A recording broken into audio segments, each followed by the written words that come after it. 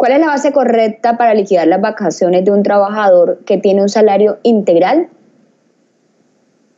Partamos de la base que el salario integral es aquel que percibe un empleado cuando ha acordado ese tipo de salario con su empleador y que representa el pago de 10 salarios mínimos legales mensuales vigentes como mínimo, más un factor prestacional del 30% de lo que correspondería a esos 10 salarios, que en suma son 13 salarios mínimos legales mensuales vigentes. Esto es lo que percibe alguien cuando se le ha dominado su salario como salario integral. Bien, son 13 salarios mínimos legales mensuales vigentes, los cuales 10 corresponden a su salario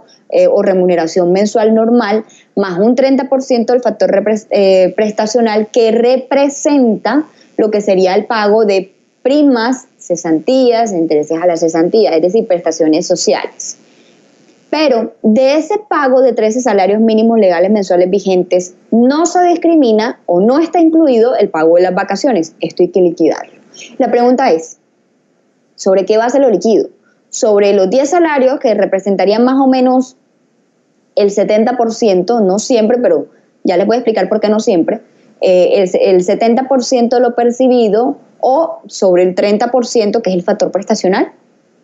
Bien, vamos a partir de una base clarísima y es que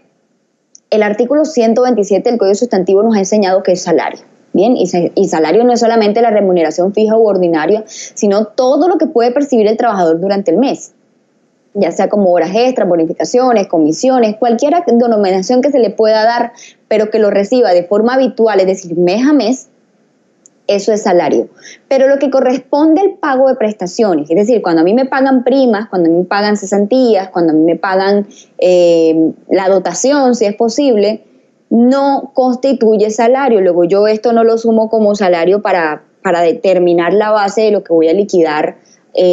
como prestaciones o lo que voy a liquidar mensualmente. Entonces, en ese artículo 132 del Código Sustantivo del Trabajo, aparte de hablar de lo que se estipula como salario integral, que serían los 10 salarios más el factor prestacional, que en suma son 13 salarios mínimos legales mensuales vigentes, hay una excepción y dice algo muy importante. Quiero que tengan presente que en lo que respecta al pago de seguridad social integral, en lo que respecta al pago a parafiscales, que son Caja, SENA e ICBF, el valor que se va a determinar para el pago o la base gravable con la que se va a liquidar estos aportes obligatorios es sobre el 70% de lo percibido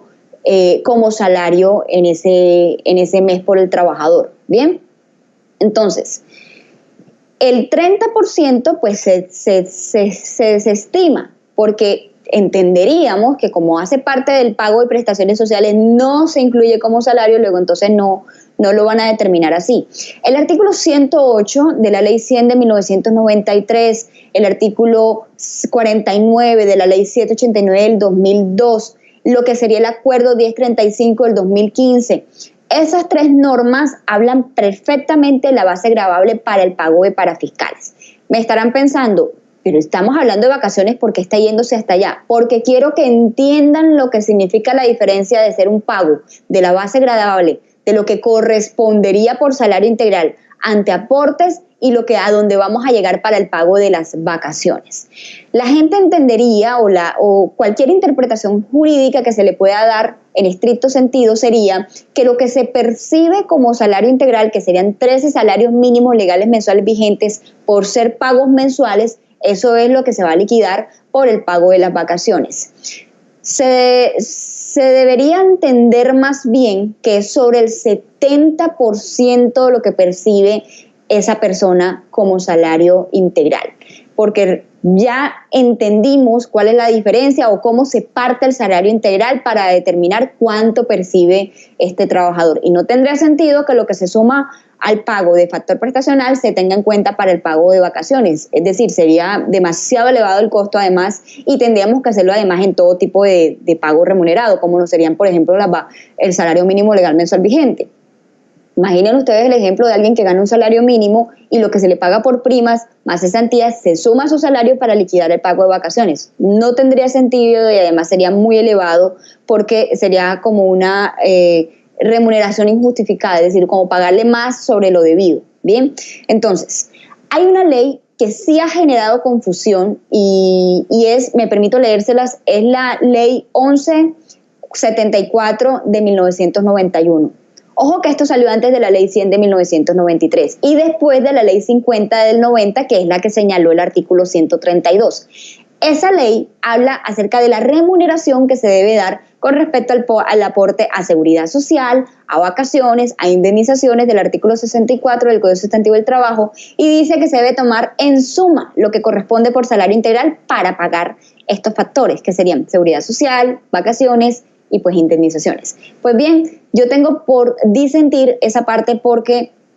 miren lo que dice el artículo 108 de la ley 100 del 93 frente a la base gradable para liquidar cuando se tiene un salario integral, es sobre el 70%. Lo mismo lo que señala el artículo 49 de la ley 789 del 2002 y lo que más adelante señaló el decreto o el acuerdo 1035 del 2015. Todos coinciden, como lo dice el artículo 132, que será una exención del 30% de lo que percibe el trabajador y la base gradable será el 70%. Es decir, eso es el salario del trabajador. Ese es el pago que se debe percibir para aportes y para vacaciones. El factor prestacional no, porque eso es algo que se paga mensualmente como retribución de su actividad.